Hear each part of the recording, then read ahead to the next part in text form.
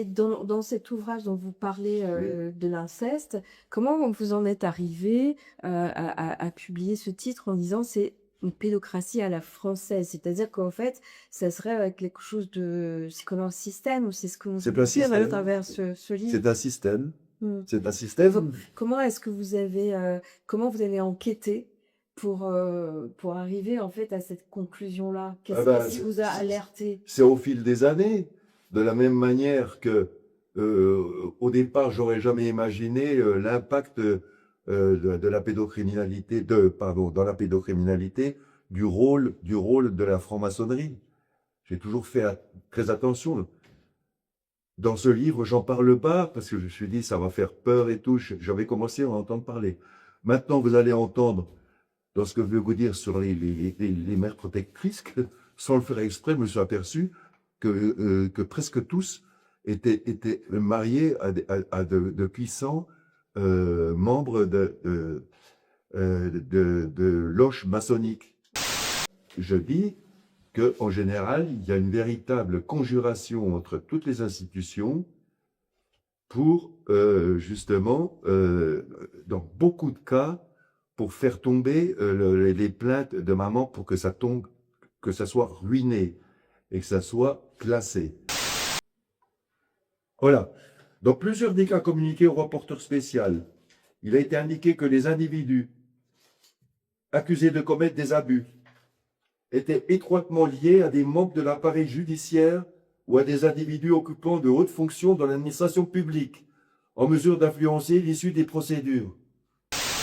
Réseau satanique, c'est-à-dire où il y a des meurtres d'enfants, vous savez, des organisations où ces participants portent des chasubles, ou des voiles, enfin, c'est horrible. Et à l'image de ce qui était dans le film Eyes Wide Shut. Oui, oui. Mais là, c'est pas du film, hein, c'est du réel. J'ai retrouvé ça à cet endroit, là, les mêmes choses. Tout ça avec des petits enfants d'immigrés, enfin, enlevés quelque part, enfermés dans des cages. Le jour où on voudra bien ouvrir l'enquête sur ces affaires, je vais vous dire, on va en découvrir des choses. Cette affaire, elle m'a traumatisé. Elle veut traumatiser encore. Une enfant qui a été violée, et à qui on n'a même pas porté assistance. Je suis si 17 ans plus tard, parce qu'un procureur n'a pas daigné ouvrir son dossier, alors qu'elle avait porté plainte.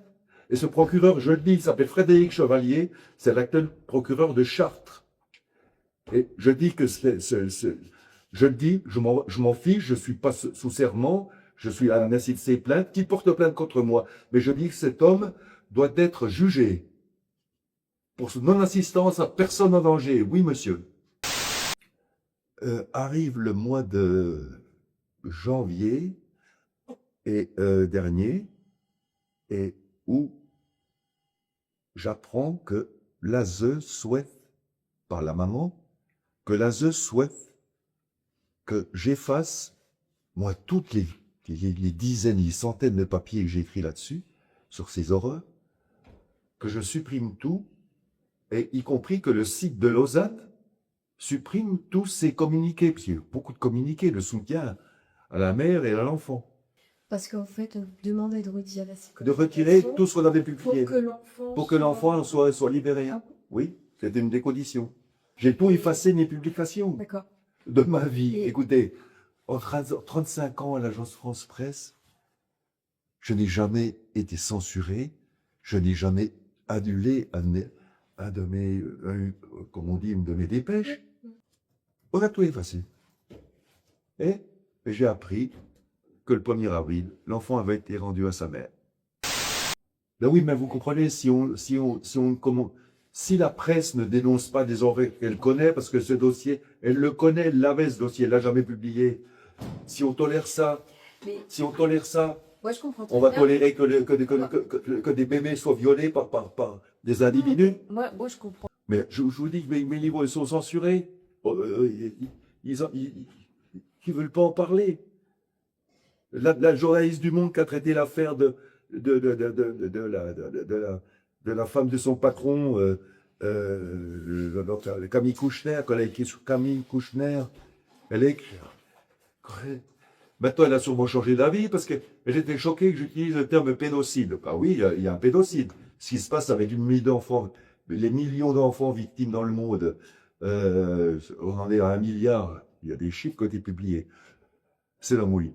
Eh bien, c'est un pédocide, c'est-à-dire un crime contre l'enfance. Pédocide, textuellement, selon l'origine grecque. C'est un pédocide. C'est-à-dire, oh, les termes pédocide me font peur. Ce sont des termes. En gros, ils me traitaient de complotiste. Alors, si on veut me traiter de complotiste, oui, je suis complotiste parce que je révèle ce que les autres ne veulent pas révéler.